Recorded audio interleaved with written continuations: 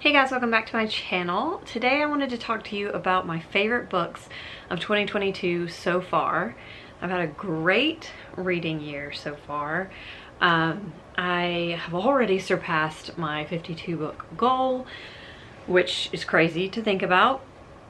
So I've read quite a few books this year and I've enjoyed a lot of the books that I've been reading. So I wanted to share with you kind of my favorite books. So I had, basically the way I did this is I went through each category of books and kind of put the books that I liked in each category the most in those, and then from those I pulled the ones out of all of them that I liked the most out of all of them.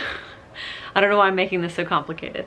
But anyways, so let's just talk about what books have been standouts for me this year and why, and hopefully you will find something from this list that you want to read and that you do read and enjoy. If you do, I would love to hear that. I feel like it's my love language when somebody's like, I read that book that you talked about and I loved it.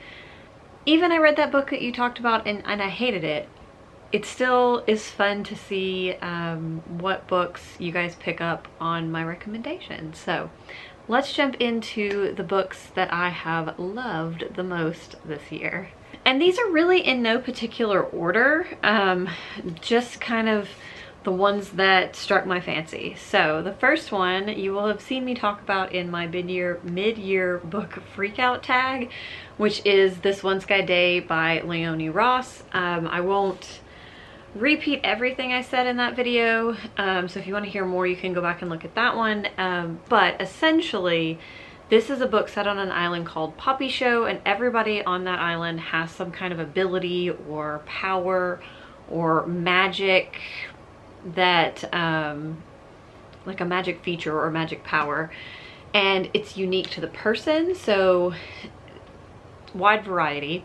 And this is set over one day as a bunch of different events are unfolding. It deals with the lure of the island. It talks about the indigenous people of this island. There are some wild things that happen.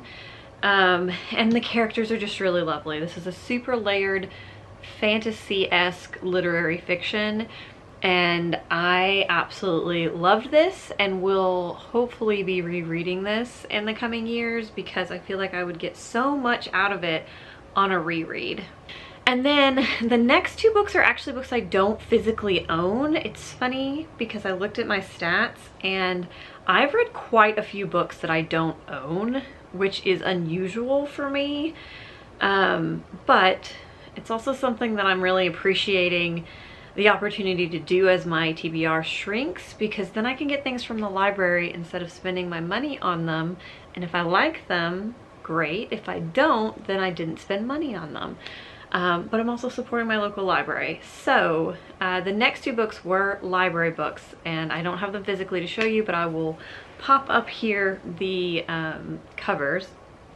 So the first one is Small Things Like These by Claire Chambers, I think.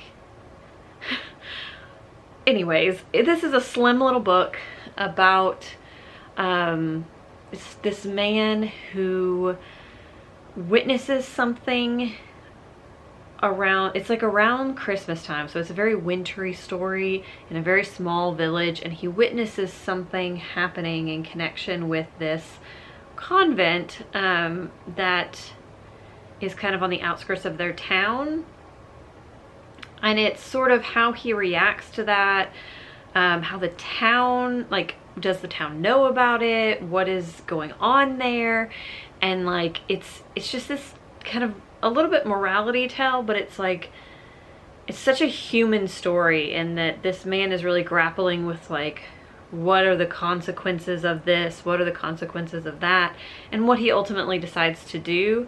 And it was just really beautiful and simple and lovely. So I really enjoyed this one, and I'm gonna have to check into what else this author has written because the writing style on this was beautiful. The other book that I got from the library and don't have a copy of is Darius the Great Is Not Okay. And I feel like I've talked about this one a lot lately, but this is a YA contemporary story It is labeled as LGBTQ because Darius himself is queer, although that is really only sort of hinted at in the first book, and it's dealt with a little bit more in the second book, but it's not really a plot point, so it's not really a spoiler. It's just something that to know, I guess, about the character himself. But really, this is a coming of age story about a boy who has never really fit in. He is Iranian American, and he has always felt like he was not fully of each culture. He's never been to Iran, and they're going to Iran because his grandfather is dying. And so this is his first trip to Iran. And so he's dealing with that, with his culture, with some different family dynamics that are going on, as well as mental illness in general. So his own mental illness in his family.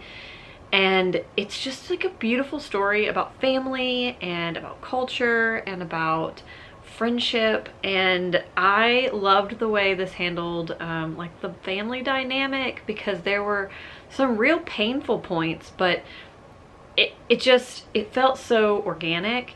And then I also loved that Darius is a tea drinker like myself, and this talks about tea a lot. So tea is a very active part of this book, in a way that, like, if you're a tea drinker, feels so lovely as a change from like our coffee centric world. And it also has like nerd culture in there, so there's a lot of Star Trek references and things like that.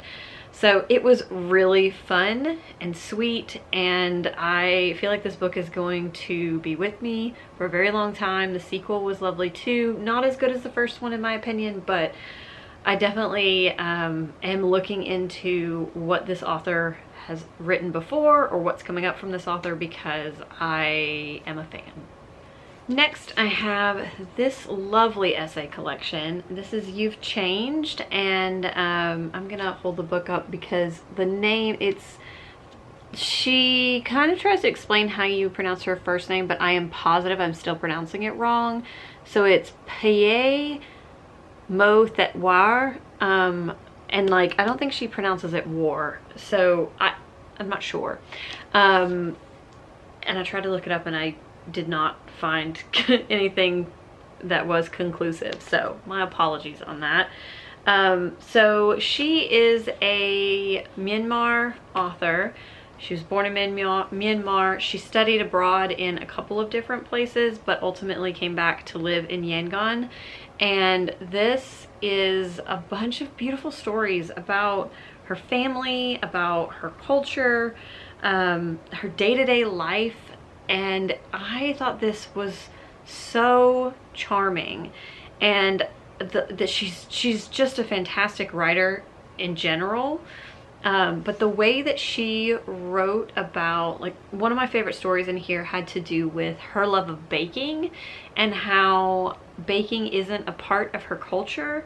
And so she was talking about like all these people who are like famous bakers who talk about having learned baking from the apron strings of their grandmother or their mother, and how she didn't have that. But then she talks about why baking isn't a part of Myanmar culture, and it was just really interesting and insightful, and just, I don't know, it was something I really enjoyed reading the entire time, and I felt like I learned so much. And I think I said this when I talked about this in a vlog, but it also really made me miss my friend Nen, who is still living in Yangon in Myanmar, and I haven't been able to talk to her for several years at this point because of everything that's going on in that country. And so that's really hard for me, and this made me feel closer to her. And yeah, so this was definitely something that I would recommend if you have any interest in essay collections, and, you know, if you're interested in countries that you've never really read about, because I feel like there's not a lot out there about Myanmar in the publishing industry. So I was very excited to see this one, and this was, by the way, sent to me by Catapult Press for review, and I very much appreciated that. And then I have this slim little volume, which is Beyond the Gender Binary by Alok. So Alok spoke at a, I got to hear Alok speak thanks to a thing my company did. And it was really impactful. And specifically one of the questions that was asked about dealing with, like when a child is dealing with bullying at school because they want to dress a certain way, how do you combat that? And Alok saying, like, you really can't do anything about the bullying or about the school part of it, and you just have to let your child be who they are with you at home and create that space for them to still do those things and wear those things that they want to do and wear, and then let them kind of navigate what, you know, at some point they start to feel like, I feel better when I'm being me, and navigating that. Like, that was really profound for me. And so I was really interested to read this and bought it immediately, read it in one sitting, and it was so lovely. I feel like if you or someone you know is trying to navigate non-binary gender or just like gender fluidity, trying to understand it, this is a really, really great starting point, because I feel like Alok does a good job of breaking things down in a really approachable way, but also like a non-judgmental way. And it was fantastic. So I would recommend this to literally anyone. So then I was sent this one by the publisher as well. Tor.com sent me this early in the year. This is A Prayer for the Crown Shy, which is the second book in the Monk and Robot series by Becky Chambers. And this is a continuation of that series. The overall kind of premise of this is that robots became sentient and walked out into the wilderness one day and were never heard from again. And it has been centuries since anyone has had contact with a robot, and Dex, the T-Monk, goes out into the uninhabited area of the planet at one point in the first book and encounters Moscap, who has been elected by the other robots to come check on humanity. And this is the first time a human and a robot have interacted in centuries. And their interactions, their friendship, the way that each of them makes the other rethink some of their own held beliefs is so touching.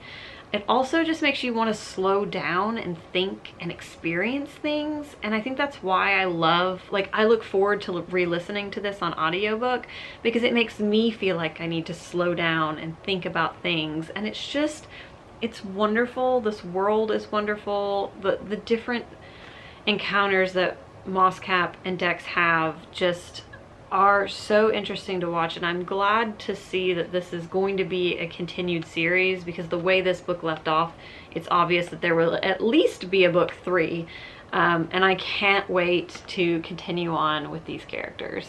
Then we have The Bread the Devil Need by Lisa Allen Augustini. This was on the short list for the Women's Prize for Fiction. And this is about a woman in Trinidad, and she is in an abusive relationship, and she knows she's in an abusive relationship. She just really isn't motivated to leave that relationship. She then sees a woman who is gunned down by her partner in public and starts to think, like, this could be me next. And in addition to that, people in her life are all telling her she needs to get out of this relationship. She also is reintroduced to some people from her past, and is grappling with some stuff that happened in her past that she has been trying to suppress, hasn't thought about in years. And it's just such a layered story, and you're really inside of this character's head and experiencing so much of what she has gone through.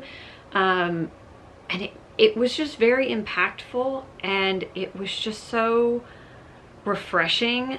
In general, I found the Women's Prize long list, and especially the short list, to be kind of boring. This one was definitely not boring, and it definitely brought something different to the list, in my opinion.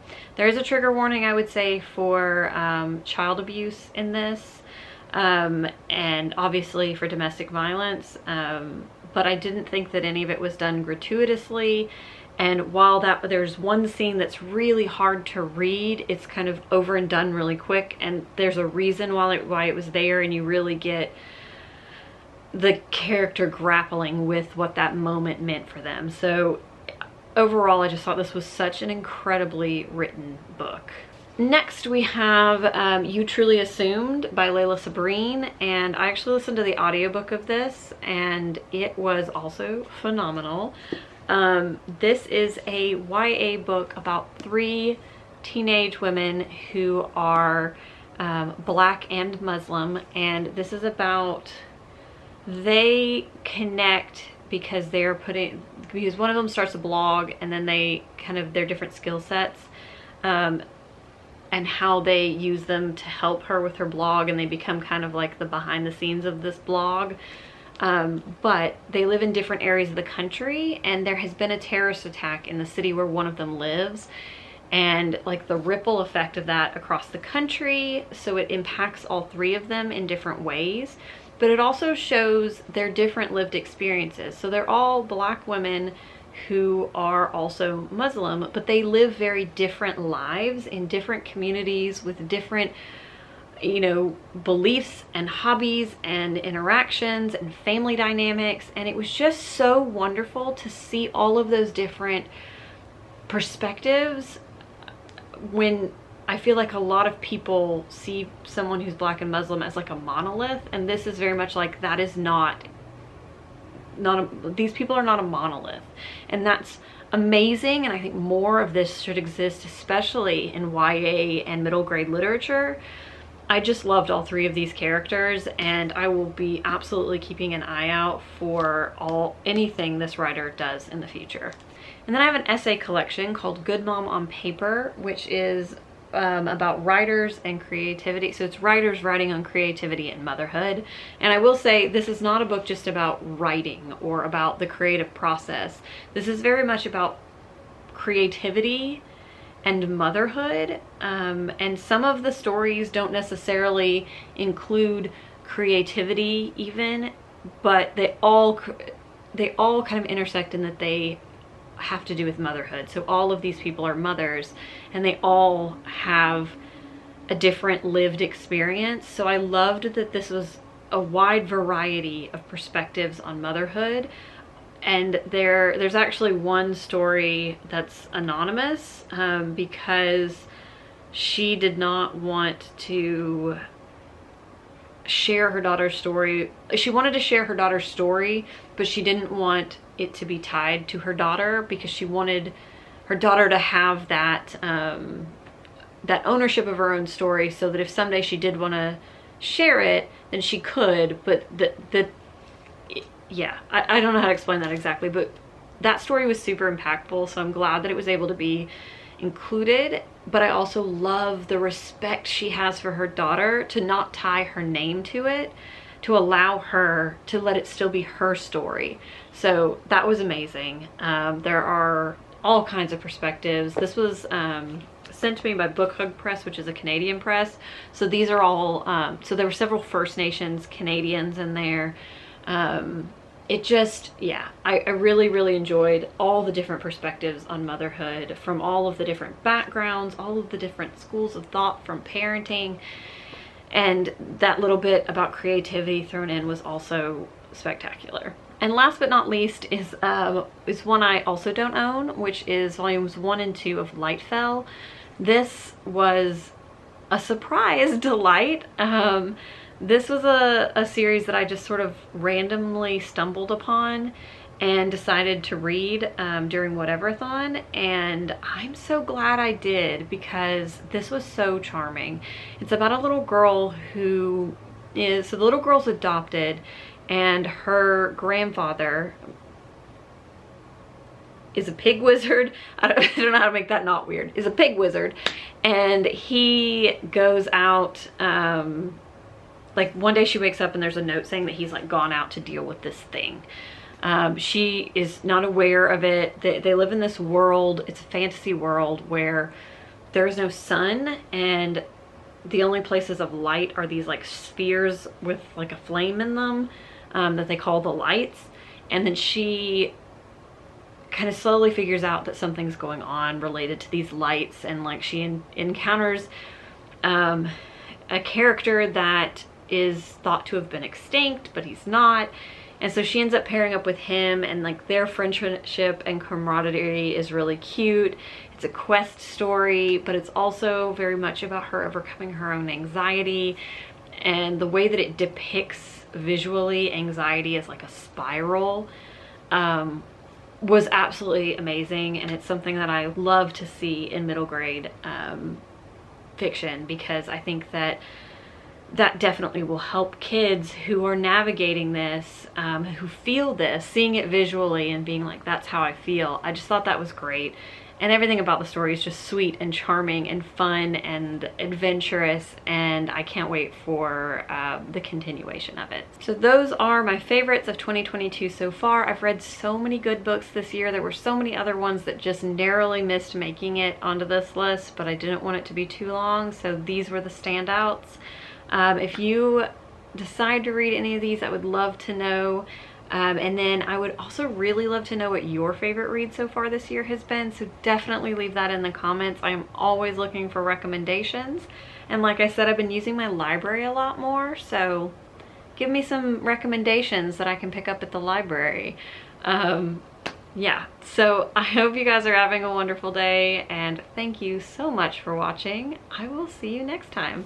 Bye!